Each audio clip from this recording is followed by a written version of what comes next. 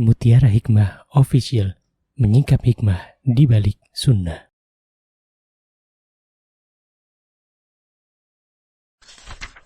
Salurkan donasi terbaik Anda untuk mendukung dakwah Mutiara Hikmah Official.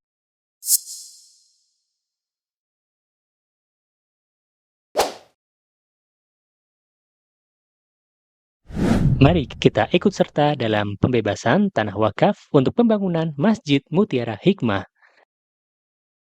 Bagi Anda yang ingin menyalurkan donasi, bisa melalui rekening Bank BSI di nomor rekening 2200220245 atas nama Masjid Mutiara Hikmah.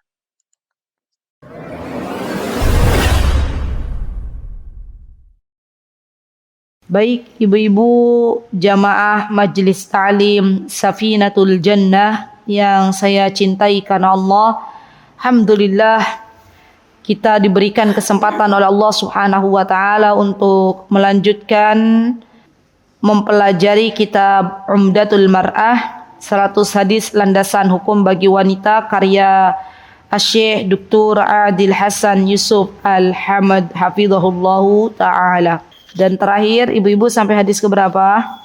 Ya, baik. Sekarang hadis ke-14 ya. Baik, monggo Ustazah Ummu Hanifah boleh dibantu dibacakan? Monggo kita baca sama-sama. 1, 2, 3. An Abi Hurairah qala Rasulullah sallallahu alaihi wasallam sinfanu min ahlin nari lam arahuma qawmun ma'ahum siyatun ka'adna bil baqari yadribuna bihannas wa isa'un kasiyatun ariyatun mumilatun ma'ilat ru'usuhunna ka'asnimatil buhtil wa'ilah la yadkhulna al-jannah wa la yajidna riha wa la yajidna rihaha wa inna rihaha la yujadu min masirati kadha. Masya Allah, jazakillahu khair, barakallahu fiki. Baik ibu-ibu yang saya cintai karena Allah, hari ini kita akan belajar tentang wanita-wanita yang tidak diperbolehkan oleh Allah Subhanahu wa taala untuk memasuki surganya. Dan juga bukan hanya tidak diperbolehkan oleh Allah Subhanahu wa taala untuk memasuki surganya, tapi juga tidak bisa mencium aroma bau surga. Padahal kita hidup di dunia ini dengan sebuah tujuan, yaitu bisa memasuki surganya Allah Subhanahu wa taala. Bukankah begitu ibu-ibu? Iya. Untuk apa kita salat? Untuk apa kita zakat? Untuk apa kita qiyamul lail? Untuk apa kita berpuasa di bulan Ramadan? Untuk apa kita menyembah Allah? Tujuan utama kita adalah untuk mendapatkan rahmatnya Allah, mendapatkan ridhonya Allah, kemudian bisa masuk surga. Nah, ketika Allah menghalangi kita dari masuknya surga, ya, dari dimasukkannya kita ke dalam surga, maka kita termasuk orang-orang yang merugi. Maka dari itu kita harus tahu apa saja penghalang-penghalang ya seseorang tidak dimasukkan ke dalam surganya Allah, agar kita tidak termasuk ke dalam golongan orang-orang yang terhalang dari dimasukkannya ke dalam surganya Allah. Maka di sini kita akan belajar. Disebutkan oleh Abu Hurairah an Abi Hurairah, dari Abu Hurairah radhiyallahu anhu, semoga Allah Subhanahu wa taala meridhai Abu Hurairah, qala Rasulullah sallallahu alaihi wasallam, dari Rasulullah sallallahu alaihi wasallam beliau bersabda, sinfani min ahlin nar. Kata Rasulullah, ada dua golongan. Sinfani itu adalah dua kelompok. Ya, dua golongan itu maksudnya adalah firqatan, dua kelompok. Jadi jumlahnya bukan hanya 1, 2, tapi lebih dari 3. Ya, dua golongan. Di mana disebutkan di sini dua golongan ini termasuk calon-calon penduduk nerakanya Allah Subhanahu wa taala. Lam arahuma, kata Rasulullah, saya ya diperlihatkan oleh Allah. Cuma diperlihatkan ya. Ada dua golongan orang-orang yang dimasukkan oleh Allah Subhanahu wa taala ke dalam neraka, tapi Rasulullah belum bertemu. Bisa dipahami Ibu-ibu? Kok bisa Us? Gimana caranya? Jadi begini. Di antara kelebihan yang Allah Subhanahu wa taala berikan kepada Rasulullah SAW adalah Rasulullah diperlihatkan bagaimana surganya Allah, bagaimana nerakanya Allah. Termasuk Rasulullah diperlihatkan calon penduduk neraka. Ya, pernah Rasulullah SAW itu diperlihatkan di antara calon penduduk neraka itu adalah orang-orang yang dia merobek-robek merobek-robek mulutnya. Rasulullah diperlihatkan orang-orang yang dicambuk. Rasulullah diperlihatkan orang-orang yang nun sewu diadab dengan payudaranya. Rasulullah diperlihatkan orang-orang yang dia diadab ya kepalanya, semuanya diperlihatkan. Orang-orang yang diadab kepalanya, orang-orang yang diambil batu besar kemudian dilemparkan ke kepalanya, itu adalah orang-orang yang meninggalkan salat subuh. Ya, dan ini semuanya diperlihatkan kepada Rasulullah SAW. Untuk apa Allah memperlihatkan kepada Rasulullah? Agar Rasulullah menyampaikan kepada umatnya. Ya, jadi hikmahnya itu adalah agar Rasulullah SAW mewanti-wanti umatnya tidak termasuk dari golongan yang disebutkan oleh Nabi kita Muhammad SAW, termasuk bagian dari penduduk neraka. Maka Rasulullah SAW mengatakan ada dua golongan calon-calon penghuni neraka yang aku belum bertemu dengan mereka. Berarti zamannya Rasulullah SAW itu belum ada. Ya, ini menunjukkan bahwa ketika Rasulullah SAW masih hidup, dua golongan ini belum ada. Ya, tapi Rasulullah diperlihatkan bahwa mereka itu termasuk calon-calon penghuni neraka. Siapakah mereka? Yang pertama, qaumun ma'ahum siyatun ka'adznabil baqari. Yang pertama adalah kaum atau golongan. Kaum itu maksudnya adalah golongan orang-orang yang mereka memegang cambuk. Tahu cambuk ibu-ibu? Ada yang belum tahu cambuk? Anak-anak muda mungkin belum tahu cambuk. Kalau orang-orang tua udah tahu cambuk ya? Pecut. Pecut, cambuk sama ya. Itu cambuknya itu, pecutnya itu seperti ekor sapi. Tahu ekor sapi? Meliuk gitu ya. Cambuk itu nggak ada yang lurus, tapi dia meliuk gitu ya, kayak ekor sapi. Nah, apa yang mereka gunakan ketika mereka memegang cambuk seperti ekor sapi itu? Yadribuna bihannas. Ya, mereka mencambuki, memukuli manusia yang lainnya. Kata para ulama, yang dimaksud di sini adalah akan datang suatu hari kelak, ya suatu hari kelak orang-orang ya termasuk dari para penguasa nanti suatu hari kelak yang mereka itu kerjaannya adalah mencambuki orang yang nggak mau bayar pajak. Ya, sebagian ulama menafsirkan ini. Dan kita tahu bahwa pajak itu tidak disyariatkan di dalam agama kita. Yang disyariatkan adalah zakat. Ya.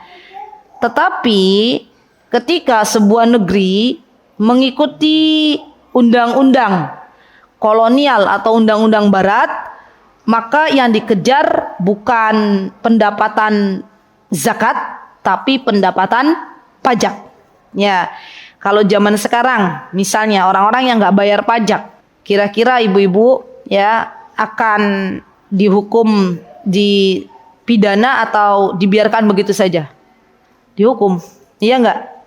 Dan pajak itu diantara kenapa Islam tidak memerintahkan umatnya untuk membayar pajak, karena pajak itu zalim ibu-ibu. Ya, pajak itu akan dipungut kepada siapapun yang mereka baik itu orang-orang yang fakir maupun orang-orang yang punya. Ya, seorang bapak-bapak saya pernah dengar ya hanya punya lahan berapa puluh saja, berapa puluh meter itu sudah diambil pajak, gitu ya. Jadi subhanallah ya, banyak orang-orang yang akhirnya tuh terjebak ke dalam pajak. Sampai ada salah satu jamaah kami yang cerita kepada saya, Ustazah, saya itu berusaha lagi, saya dan suami itu punya usaha. Ya, omset kami, omset pendapatan kami itu alhamdulillah cukup ya. Tapi masalahnya Ustazah, pembayaran pemungutan pajak itu lebih dari setelah dihitung-hitung gitu ya, dari gaji karyawan, dari ini, dari itu, bersihnya itu, pendapatan bersihnya beliau itu dengan pembayaran pajaknya lebih banyak pembayaran pajaknya, gitu loh. Dan ini sebuah kedoliman, ya enggak? Padahal kata beliau kalau zakat itu kan 2,5% gitu ya. Kalau pajak berapa? 10. Nah, lebih banyak mana? Lebih banyak mana? 2,5 atau 10? 10. Ya. Jadi nanti suatu hari kelak ada ya orang-orang yang akan memukuli, mencambuki orang lain. Di antaranya kata para ulama karena tidak mau membayar pajak. Ya, baik. Yang kedua, wanisaun kasiat. Nah ini nih. Ini tema kita hari ini ya. Dan para wanita. Wanisaun, nisa itu adalah jamak dari niswah. Nisa, kalau niswatun itu satu, niswah itu satu wanita. Nisaun itu adalah para wanita. Ya. Sampai-sampai ya karena berharganya wanita ini, Allah Subhanahu wa taala menjadikan salah satu surah di dalam Al-Qur'an dengan surah An-Nisa. Ya. Surah keberapa An-Nisa di dalam Al-Qur'an ibu-ibu? Surah ke-4 ya. Kenapa? Karena wanita ini berharga di dalam Islam. Maka dari itu ya, di sini Rasulullah SAW mewanti-wanti ya, siapakah calon-calon penghuni nerakanya Allah dari kalangan wanita? Wanisaun kasiyat, dan para wanita yang dia berpakaian kasiyat tapi ternyata ariyat, berpakaian tapi nyaris telanjang. Maksudnya bagaimana berpakaian tapi nyaris telanjang? Maksudnya pakaiannya itu transparan. Pakaiannya itu masih terlihat lekak-lekuk tubuhnya. Seperti orang yang tidak berpakaian. Dan kita tahu manfaat atau faidah kita dalam berpakaian adalah untuk menutup aurat. Kalau kita berpakaian tapi ternyata masih terlihat bentuk lekak-lekuk tubuhnya, maka di dalam agama kita itu seperti orang yang tidak berpakaian. Mumpung Allah ingatkan saya ibu-ibu, ya besok ya saya doakan di hari Jumat yang mulia ini, semoga ibu-ibu yang hadir dalam majelis taklim kali ini Allah mudahkan untuk berangkat umrah. Amin. Besok kalau pas berangkat umroh ibu-ibu, maka ibu-ibu pastikan baju yang akan dipakai ihram itu ketika ibu-ibu nanti ke mikot, itu pastikan pakaiannya tidak transparan. Karena saya melihat dengan mata kepala saya sendiri, banyak warga kita orang Indonesia Raya yang saya cintai karena Allah, yaitu saudara-saudara saya, saudara seiman. Ya enggak ibu-ibu? Para ibu-ibu, baik itu yang muda maupun yang tua. Subhanallah, dengan dalih mereka berpakaian berwarna putih, tapi mereka lupa ya melihat bahan atau kain yang dipakainya itu carang atau tidak, transparan atau tidak. Saya melihat ya di mikot ya, kalau dari Madinah berarti mikotnya di Dzulhulaifah, di Bir Ali ya. Orang-orang yang akan pergi ihram, pergi umrah, yaitu pakaiannya orang kita pakaian berwarna putih dan itu jelas transparan. Jadi harusnya malu gitu loh. Malu kalau pas pakai baju itu di belakangnya ada laki-laki. Ya enggak ibu-ibu? Kan kelihatan tuh lekak-lekuk tubuhnya. Ya, belum lagi nanti kerudungnya juga transparan, rambutnya tuh kelihatan, telinganya kelihatan, subhanallah. Ya, saya hanya mampu mendoakan ketika melihat banyak sekali ya orang-orang kita terutama para perempuannya yang berpakaian tapi transparan. Ya. Kalau para bapak-bapak memang pakaiannya putih, harus putih, ya. Pakaian ihram bagi bapak-bapak itu wajib putih. Tapi bagi para wanita tidak diharuskan berpakaian berwarna putih. Yang jelas pakaian ihram itu bebas warnanya untuk para kaum wanita dan tentunya tidak transparan. Jadi ya ibu-ibu, ya saya berpesan kepada ibu-ibu semuanya, dimohon dengan sangat kalau nanti mau haji, mau tindak umroh, dilihat lagi pakaian yang akan dikenakan untuk umroh. Ya nanti pas di mikot itu, pas ibu-ibu pakai itu kira-kira ya bajunya transparan atau tidak. Jangan sampai ketika Allah sudah berikan kesempatan untuk beribadah umroh, beribadah haji, dan tentunya ini adalah ibadah yang menurut warga Indonesia Raya itu cukup mahal, gitu kan ya ibu-ibu ya? Ya mengeluarkan uang tidak sedikit ya. Tapi ternyata rusak ibadahnya dikarenakan pakaian yang kita gunakan tidak sesuai dengan apa yang dianjurkan oleh Nabi kita Muhammad sallallahu alaihi wasallam. Dan saya pernah ibu-ibu, alhamdulillah kalau ibu-ibu dapat travel yang sesuai sunnah, ya. Itu rata-rata kalau travel yang sesuai sunnah, ya baju yang dipakai para wanita dalam berihram sudah gelap gitu ya. Saya pernah ya berjumpa dengan salah satu jamaah yang beliau sudah ngaji gitu ya. Tapi karena mengejar murah, ya maka beliau ikut travel umum, ya travel umroh tapi bukan sunnah, travel biasa gitu ya. Ketika beliau tidak memakai pakaian putih, maka itu jadi bahan bulian ya dari jamaah-jamaah lain. Menurut jamaah lain ya, beliau curhat ke saya ya. Kata jamaah-jamaah lain katanya, kamu tuh kenapa bukan pakaian warna putih? Kata mereka nggak sah hukumnya kalau nggak pakai pakaian warna putih. Padahal ketahuilah ya pakaian warna putih bagi seorang wanita ketika menjalankan ibadah umroh itu bukan sebuah kewajiban. Ya, jadi dilihat lagi. Ya, eman ibu-ibu ibadahnya. Ya. Dan milikilah rasa malu kepada Allah Azza wa Jal. Malu kalau kita sudah berada di tanah suci, ternyata aurat kita terlihat. Walaupun kita pakai baju, tapi ternyata baju kita transparan. Tapi ternyata baju kita lekak-lekuk, tubuhnya masih terlihat. Baik. Kemudian di sini mumilatin mailat. Ya, mumilatin wanita-wanita yang dia kalau berjalan itu lenggak-lenggok. Tahu lenggak-lenggok enggak? Jalan ini kayak jalan orang kayak bebek gitu, apa ya? Ya ada kan orang jalan lenggak sambil ininya punggung apa namanya? Ini nih. Pinggulnya tuh sambil dilegak-legokin. Nah, itu enggak boleh ibu-ibu. Ya jalan aja seperti biasa, enggak usah dilenggak-lenggokin. Ya. Gimana Ustazah kalau sudah menjadi kebiasaan, ya jangan dibiasakan. Ya. Ya. Jalannya para sahabiah itu disebutkan di dalam kitab sirah, jalannya itu tegak gitu ya. Bahkan jalannya Rasulullah tuh jalan cepat gitu ya, Masya Allah. Ya subhanallah teman-teman. Para ulama zaman dahulu ya, mereka itu ketika berjalan ya disebutkan Imam Syafi'i, Imam Malik, Imam Ahmad juga berjalannya cepat. Ya. Orang Indonesia berjalannya santai, bukan lambat ya Mbak, santai gitu ya. Nah dengan santainya itu nggak usah dilenggak-lenggokin gitu ya. Tetap ya kita jalan tegak ya Masya Allah. Kenapa? Karena orang-orang yang berjalan lenggak-lenggok itu akan mengundang syahwat ya.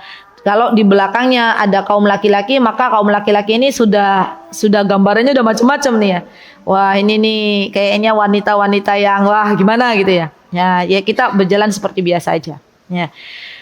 Kemudian ma'ilat ini wanita-wanita yang suka dirayu.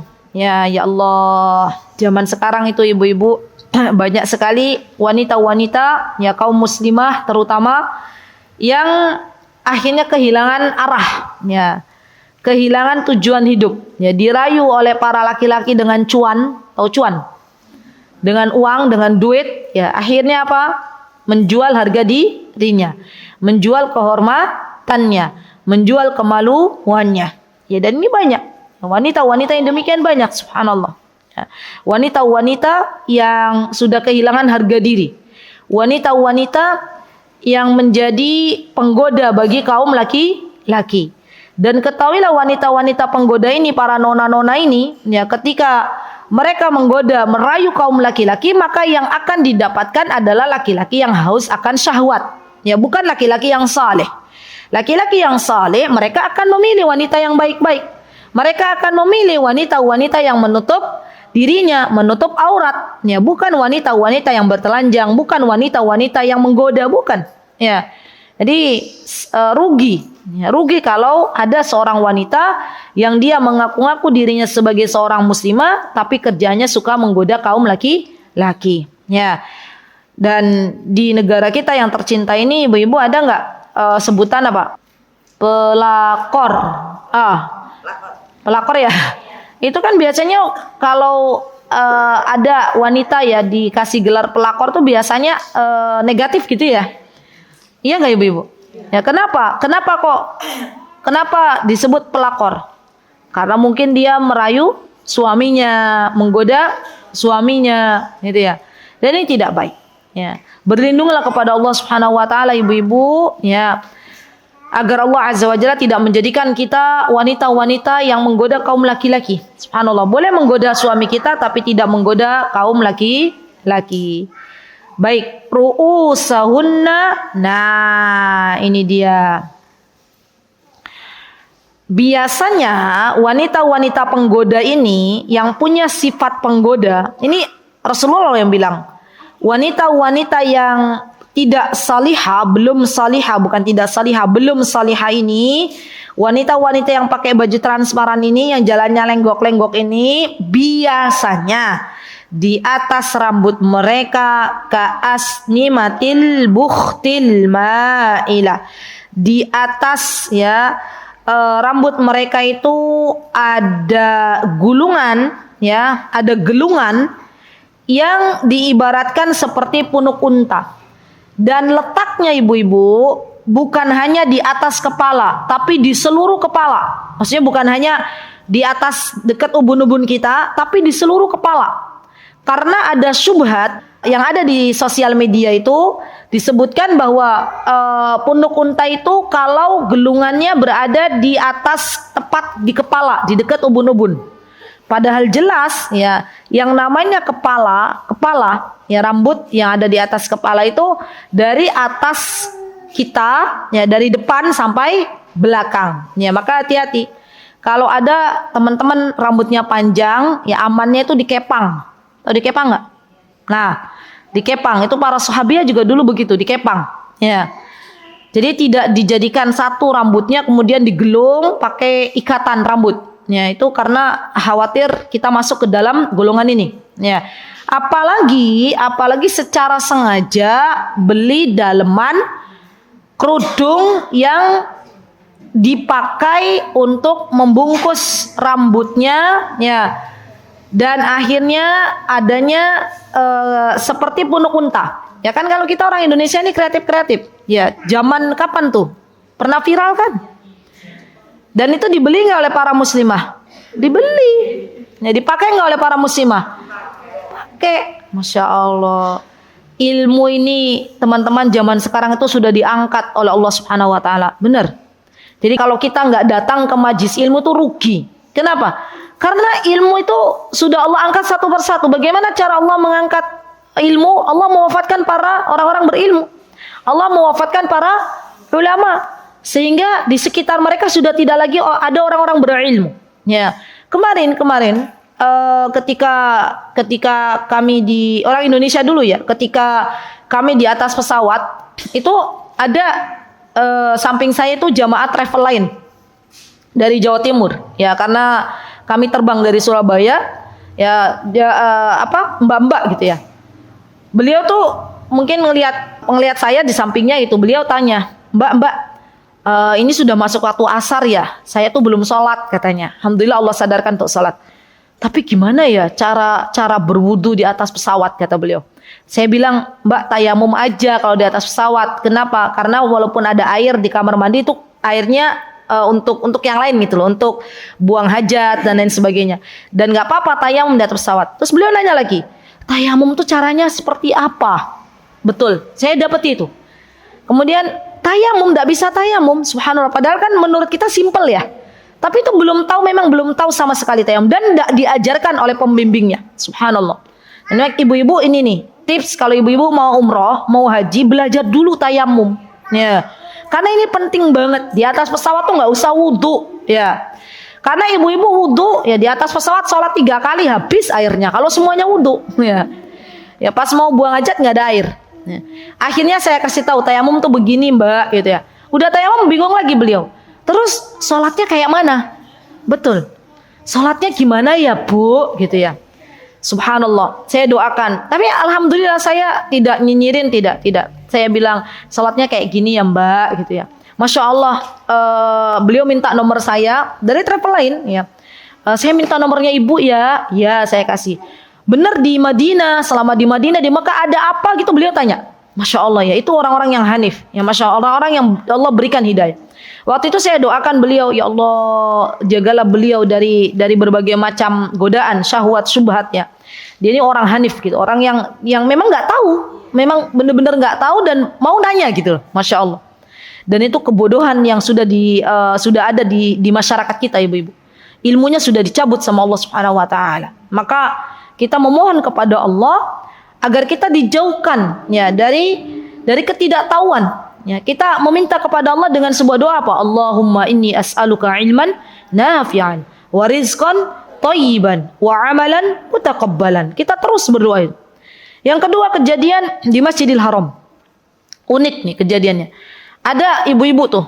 Ibu-ibu mungkin satu keluarga tapi dari luar, dari Yordan, dari Arab itu. Dari negeri-negeri Arab yang mereka biasa bicaranya pakai bahasa Arab, ya. Datang sholat maghrib ya di Masjidil Haram gitu ya. Terus karena kami pakai masjid yang pembangunan baru Malik Abdullah, jadi lumayan lenggang. Ya. 4 orang ini, yang 2 orang nggak masbuk, yang 2 orang dia sholat dari awal. Ya temennya 2 orang ini masbuk. Waktu itu sholat maghrib masbuk satu rakaat. Nah pas kita salam, saya di tengah-tengah tuh. Jadi ini 2 orang, ini 2 orang. Pas yang imam salam, yang 2 orang ini memang benar salam. Saya juga ikut salam. Temen yang 2 ini yang masbuk 1 rakaat ikut salam. Ya, betul ikut salam. Salam padahal masih kurang 1 rakaat. Maka temen yang sebelahnya, saya di tengah-tengah cuma denger aja gitu. Yang temennya itu yang sama orang Yordan itu dia bilang ke temannya, kamu itu kurang 1 rakaat, kenapa salam? Nah terus kata yang salam itu, kata 2 orang itu, kan saya makmum. Lah makmum itu kan ngikutin imam. Nah, imam salam ya saya ikut salam. Katanya gitu. Subhanallah. Betul itu ada. Saya terkaget-kaget. Tapi kan di posisinya maksudnya biarin aja, ini kan yang ini udah tahu ya, udah menegur gitu ya. Terus kata temannya bilang ini. Tapi kan kamu kurang 1 rakaat. Kalau 1 rakaat tuh bangun salam. Bangun nggak ikut salam tapi bangun. Terus kata yang salam, tapi gimana? Saya udah berbicara gitu katanya ya. Lah gimana? Saya udah salam, udah berbicara sama kamu, masa saya harus nambah lagi 1 rakaat gitu ya. Akhirnya apa endingnya? Ya udah deh saya nambah aja 3 rakaat lagi gitu ya. Jadi subhanallah, hal-hal seperti itu ibu-ibu sudah ada di negeri, di dunia ini. Walaupun itu orang-orang Arab ya, tapi ternyata ilmu itu sudah diangkat oleh Allah perlahan-lahan. Jadi nasihat saya ibu-ibu untuk diri saya dan ibu-ibu, kalau ada di sebuah tempat itu majelis ilmu, datangi ya. Kenapa? Karena kita itu butuh dengan ilmu. Ilmu itu akan Allah Azza wa Jalla turunkan, akan Allah Azza wa Jalla sebarkan kepada orang-orang yang mau. Seperti hidangan makanan, ya. Ilmu itu diibaratkan kata para ulama seperti hidangan makanan. Ada hidangan makanan yang lezat, maka bukan makanan yang mencari siapa yang mau makan, tapi yang kita cari adalah orang yang mau makan, cari makanan, ya. Nah, ini yang menyedihkan ya. Jadi banyak juga orang-orang Arab itu yang subhanallah hari ini sudah dicabut ya oleh Allah Azza wa Jalla ya. Ilmu-ilmu yang dasar. Padahal kan ilmu dasar ya Ibu. Orang Indonesia aja tahu kan, kalau masbuk 1 rakaat bangun dulu, ya enggak ikut salam. Ya subhanallah. Jadi ini ngeri. Kayaknya zaman tuh memang sudah apa namanya? Sudah mau kiamat gitu ya. Dan satu lagi kejadian ibu-ibu, ini saya ketemu di Masjidil Haram juga. Ada ibu-ibu, tapi bukan orang Yordan, orang Arab aslinya. Ya, habis sholat subuh itu dia sholat 2 rakaat tuh. Terus kan karena beliau usianya lebih tua dari saya, maka saya berusaha menghormati beliau. Saya tanya dulu, kalamti Arabiyah, takalami Arabiyah, Arabic. Oh, yes. Ana Arabic, bilang bahasa Arab katanya gitu. Oke, terus ana tanya, Ya khala, khala itu bude bahasanya. Ya khala, ayu salati anti. Ayu salatu, salat apa yang kamu lakukan? Itu cara kita menegur dengan baik, ibu-ibu. Jangan sampai kita ada orang sholat subuh 2 rakaat, habis subuh sholat 2 rakaat terus kita bilang haram, itu nggak boleh. Enggak. Khawatir dia sholat 2 rakaat itu adalah sholat sunnah yang dia nggak kekejar sholat sunnahnya. Jadi dalam agama kita itu kalau ibu-ibu sudah terbiasa sholat sunnah qobliyah subuh, ya kemudian suatu hari ibu-ibu nggak sholat sunnah karena ada udzur dan ada kesempatan sholat sunnah setelah sholat subuh, maka itu diperbolehkan. Ya, bagi siapa? Bagi orang yang sudah terbiasa sholat sebelum subuh 2 rakaat. Maka saya tanya, ya khala ayu salati hadza? Ya khala, salat apa yang kamu lakukan? Kata khalanya, kata orang yang di samping saya yang usianya sudah lebih tua dari saya lihat dari perawakannya. Kata beliau, ya salat aja gitu ya. Ya cuman pengen salat aja gitu ya. Cuman pengen salat, nambah salat gitu ya. Terus saya bilang mungkin bahasa Jawa niki nuwun sewu gitu ya. Ya khala as-shalah kalau bahasa ini saja ya. Ada beberapa waktu itu yang dilarang untuk sholat gitu. Saya bilang itu. Di antaranya Rasulullah melarang kita sholat setelah subuh. Ya. Terus beliau bilang ini, oh ada ya waktu-waktu dilarang sholat. Iya.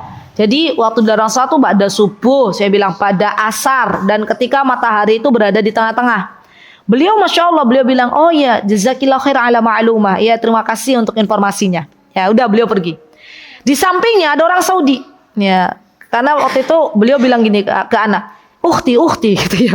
Lucu ya, di Masjidil Haram itu, ukhti ke saya. Iya ada apa? Kamu tadi bilang gak ada salat rawatib ba'da subuh. Iya, saya bilang begitu.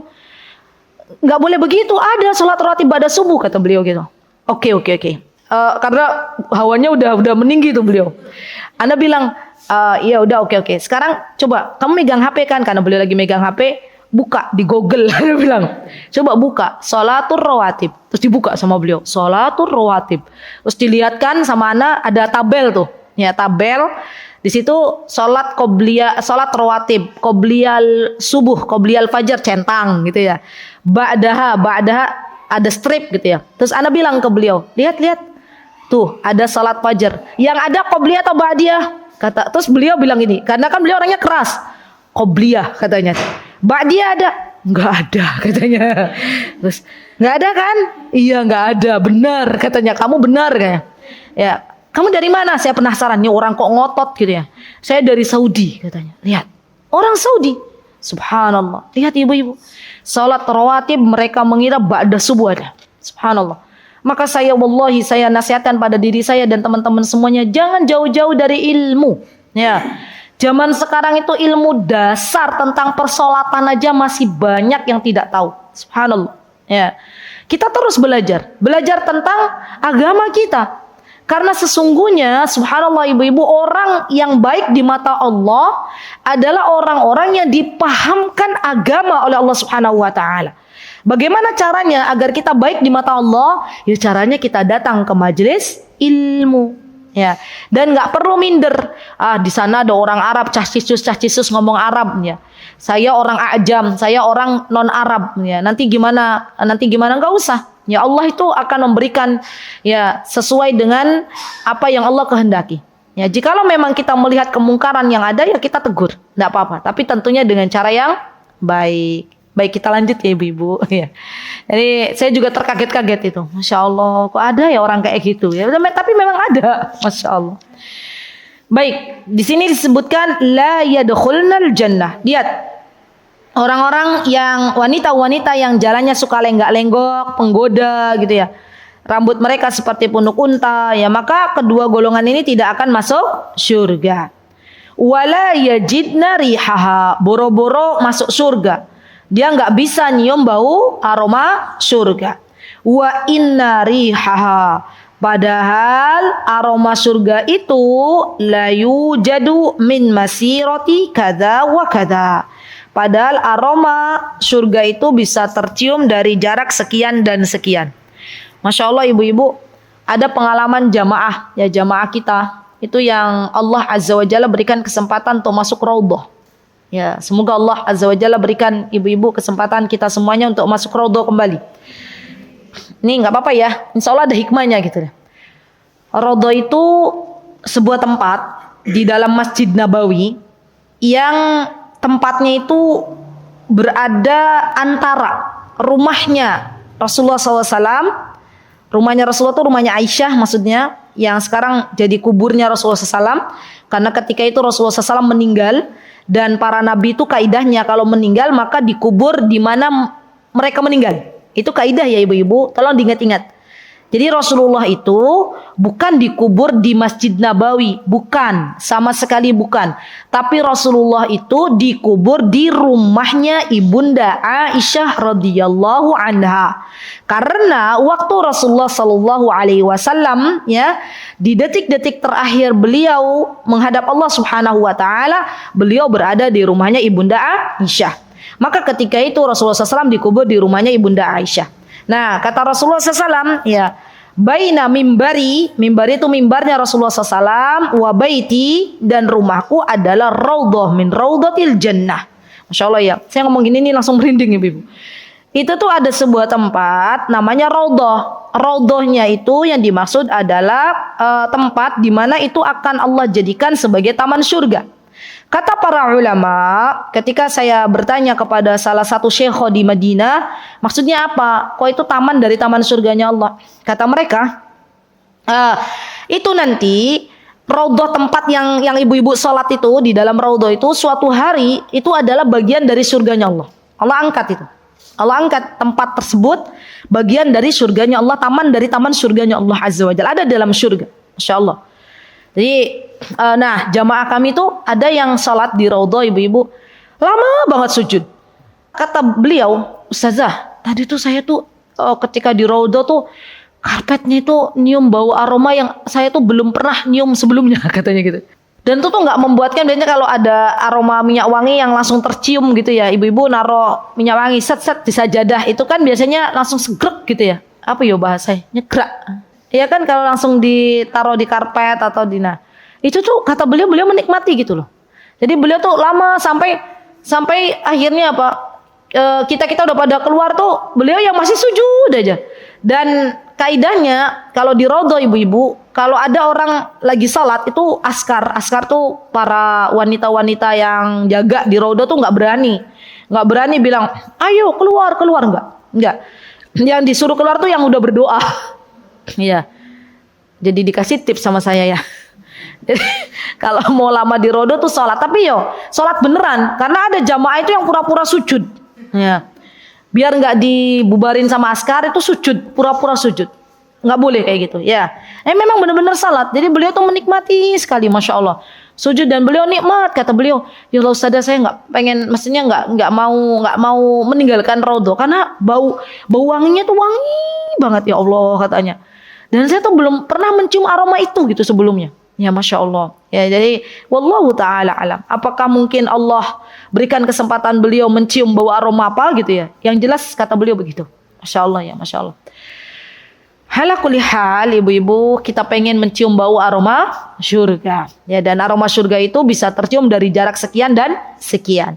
Maka ketika kita pengen masuk surga, ketika kita pengen mencium bau aroma surga, yuk kita tinggalkan apa-apa yang dilarang oleh Allah dan Rasulnya. Kita jadi wanita-wanita yang baik, wanita-wanita yang salihah. Ketika kita berpakaian, maka pakaian kita ya pakaian yang memang disyariatkan oleh agama kita. Tidak melekak-lekuk ya, tidak terlihat lekukan tubuhnya, tidak transparan. Ya, dan itu bagian dari apa yang diperintahkan oleh Allah dan Rasulnya.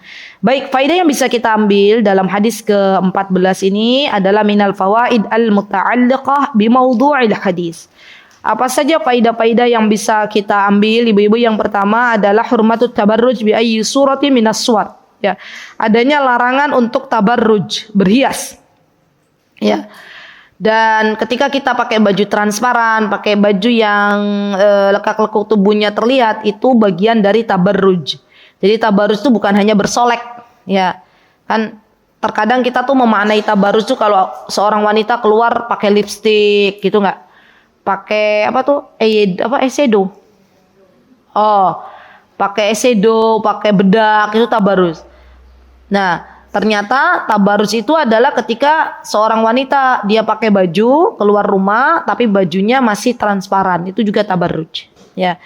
Yang kedua, anna mawdi'al libas min al-mawdu'atil khatrati bin-nisbati lil mar'ah walati qad tudkhilaha an-nar wa mimma yastadi an tuwallihi timaman balighan.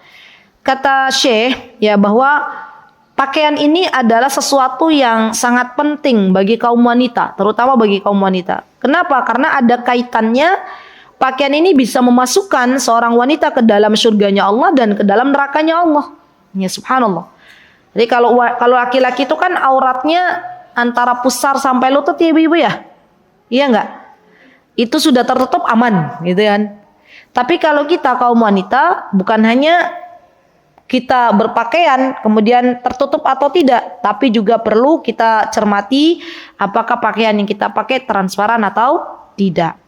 Yang ketiga, annal maqsud min libasil mar'a bidarajatihil mukhtalifah sattara aurataha an a'yunin nasi bishatta asnafi minar rijalil maharim wa ghairil maharim wa minan nisa'i wal atfalil mumayyizina kulla bihasbi. Kata beliau bahwa baju perempuan itu bidarajatihil mukhtalifah. Baju perempuan itu ada bermacam-macam. Ya Masya Allah. Ada pakaian yang dipakai untuk keluar rumah. Ada pakaian yang dipakai untuk di dalam rumah. Ada juga pakaian yang dipakai di depan suami kita. Itu kan beda-beda.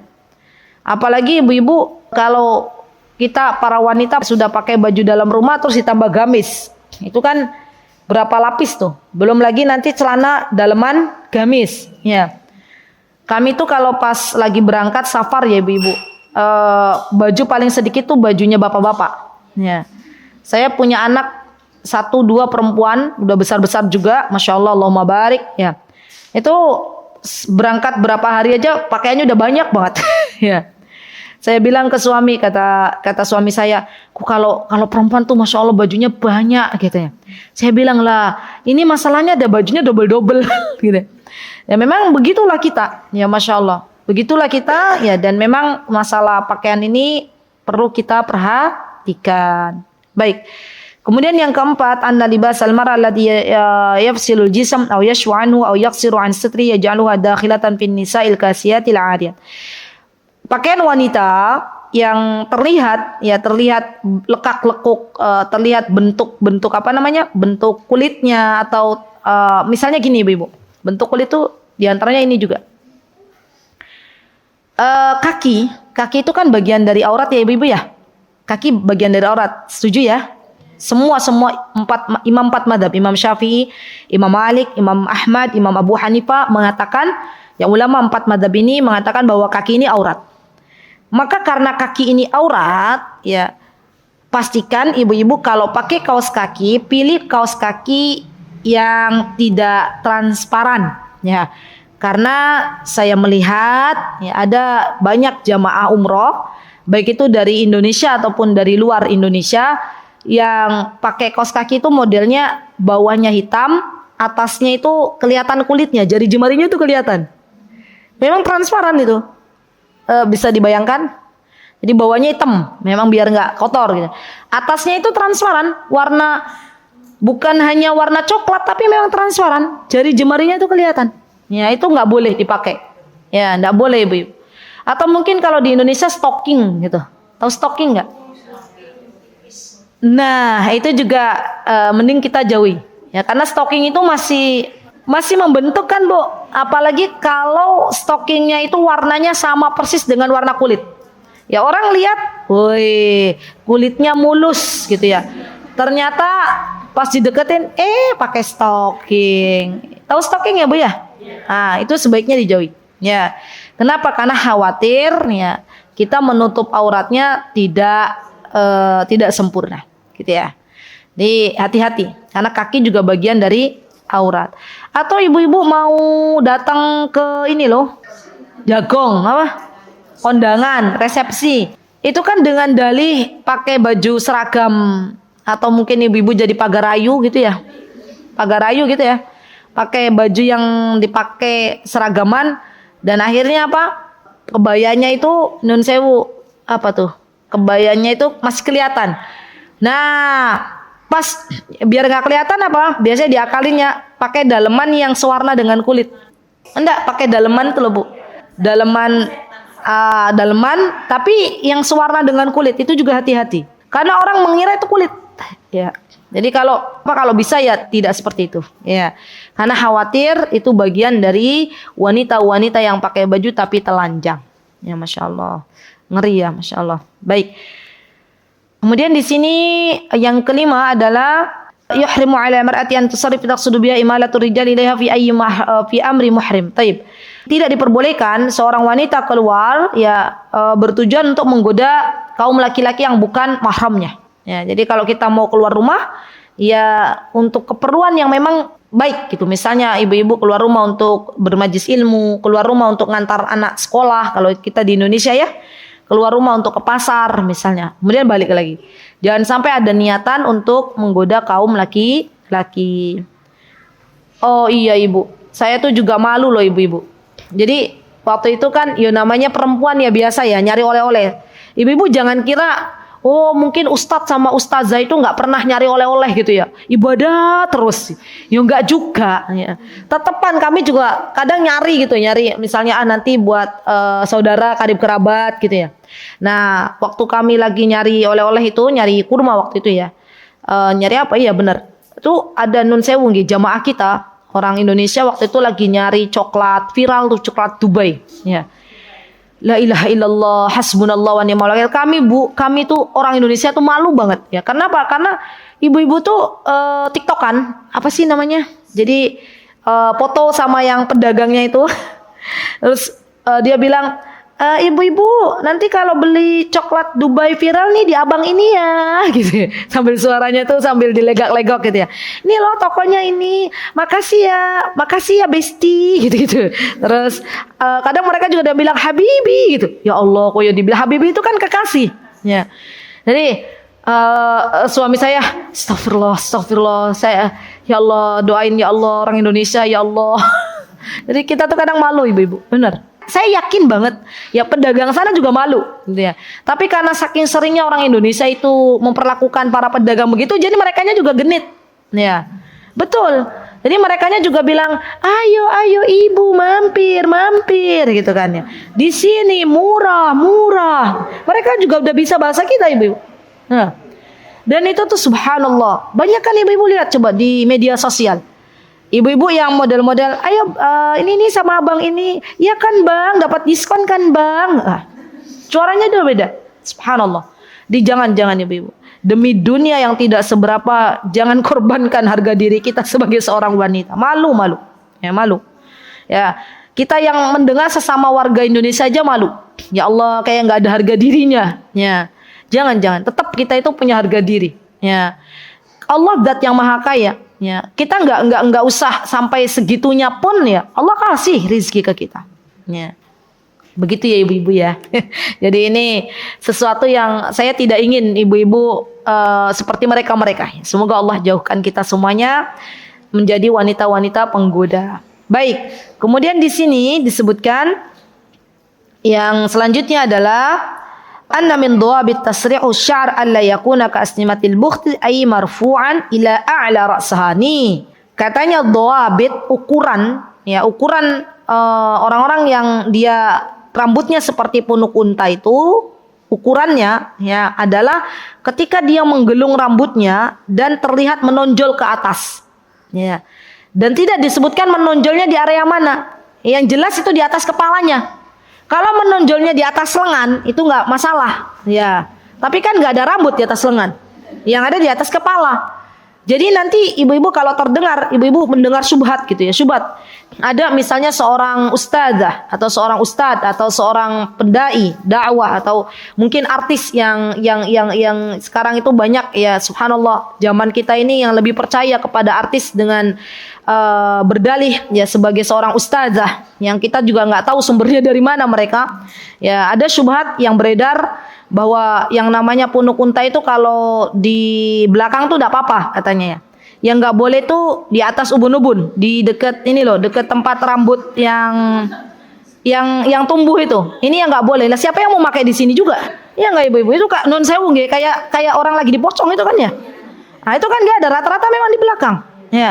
Jadi subhanallah semua itu tidak boleh. Ya. Hati-hati Bu, hati-hati.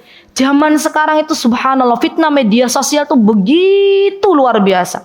Ya jadi banyak kita ini akhirnya terpesona. Oh iya ya, benar kata artis ini gitu ya. Padahal mungkin artis itu juga belajar agamanya dari Mbak Google. Tahu dari Mbak Google? Iya. Sekarang subhanallah banyak memang di antara tanda akhir zaman begitu. Orang-orang yang tidak berilmu berkata tentang masalah agama dan dipercayai oleh banyak orang. Subhanallah. Jadi hati-hati, minta sama Allah ilmu yang bermanfaat. Ya, minta sama Allah agar ditunjukkan mana yang hak itu hak dan mana yang batil itu batil. Baik, kemudian di antara faidah yang bisa kita ambil adalah annal uquba li hadha sanaf minan nisa'il hurmani minal jannah wa dukhuli finnar. Ya, bahwa akibat uqubah ya siksaan yang diperoleh oleh wanita ini disebabkan karena mereka telah melanggar perintahnya Allah Subhanahu wa taala sehingga mereka diharamkan untuk masuk ke dalam surganya Allah dan dimasukkan ke dalam nerakanya Allah Subhanahu wa taala. Kemudian yang selanjutnya annal jannata laha raiha. Bahwa surganya Allah itu punya raihah, punya aroma, punya bau, punya wangi. Mumayyizah. Subhanallah, subhanallah. Allahumma ya Rabb ij'alna min ahlil jannah. Ya Rabb, Allahumma inna nas'aluka bi asma'ikal husna wa sifatikal ula an nadkhulakal jannah bighairi hisabin wala adab. Ya Allah, masukkanlah kita semuanya ke dalam surganya Engkau tanpa adab dan tanpa hisab. Ya, dan semoga kita semuanya kelak dijadikan oleh Allah Subhanahu wa taala orang-orang yang bisa mencium bau aroma surga. Karena aromanya itu mumayyizah. Aromanya itu ada ciri khasnya sendiri. Ini bau aroma surga. Subhanallah. Dan aromanya ini tudraku min masafatin tawila. Dia bisa tercium dari jarak yang sangat jauh. Maksudnya ada belum mendekat aja tuh udah gitu, udah ada aromanya. Ya Masya Allah. Ibu-ibu kan kalau ibu-ibu nyium aroma minyak wangi yang asli minyak wangi ya, bukan yang nggak ori kan. Banyak di kita ini minyak wangi udah tercampur alkohol ya. Iya nggak sih? Kalau di minyak wangi di kita itu kan bukan asli lagi tuh. Yang asli itu yang misalnya dari alam, yaitu minyak wangi yang asli ya. Yang misalnya dari kayu gaharu. Ya, cendana itu kan nanti di apa namanya? Jadi minyak gitu ya. Itu baunya enak. Ya, aromanya tuh enak dan itu nggak bikin pusing kepala. Ya. Baik, nah surga itu punya aroma. Dan tentunya aroma ini bisa tercium dari jarak sekian dan sekian.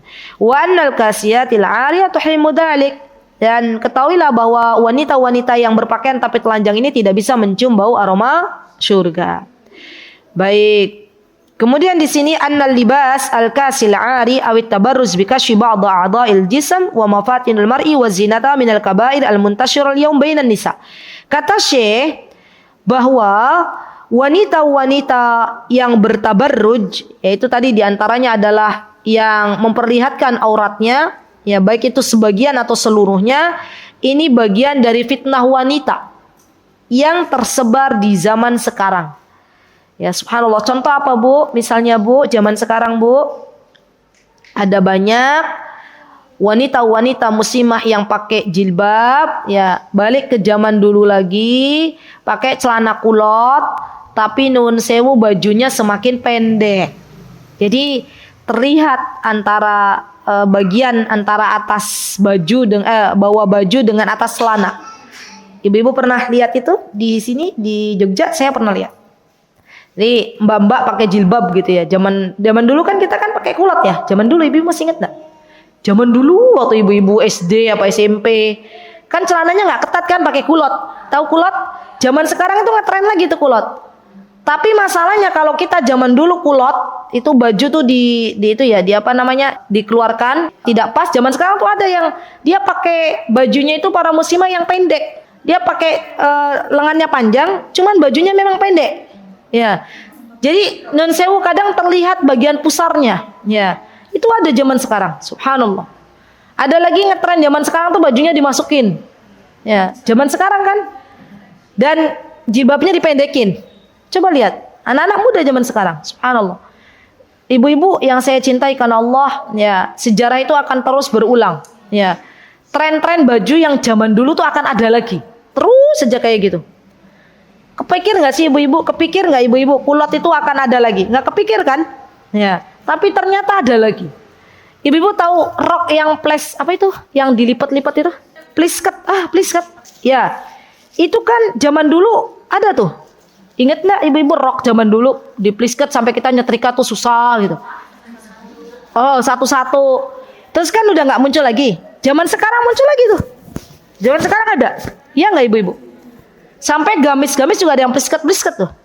Ya padahal kalau plisketannya nggak bagus itu susah juga nyetrika. Ya, lama buang-buang waktu. Ya, Masya Allah. Jadi semua akan muncul kembali. Subhanallah. Baik. Kemudian di antara faidahnya ibu-ibu adalah disebutkan bahwa yajibu 'alal mar'ati at-tastur fi jami'il awqati 'anil rijalil ajanib wa dzalika yalbisu ghita'il wajhi wa wal khimar wa labsul 'aba'a wa hiya al-jalabib wa la budda an tatawaffara fiha al-awsafil atiyah. Kata Syekh, seorang wanita muslimah hendaklah memperhatikan apa yang dipakainya, baik itu al-khimar itu kerudung, yang dimaksud khimar itu adalah bagian kerudung, walabsul aba'a wa hiya al-jalbab, maksudnya adalah gamis, ya, yang memenuhi syarat. Yang pertama, syarat baju wanita muslimah, awalan an takuna samikah la tadhar ma tahtaha wa la yakunu laha khasiyah al-irtisaq.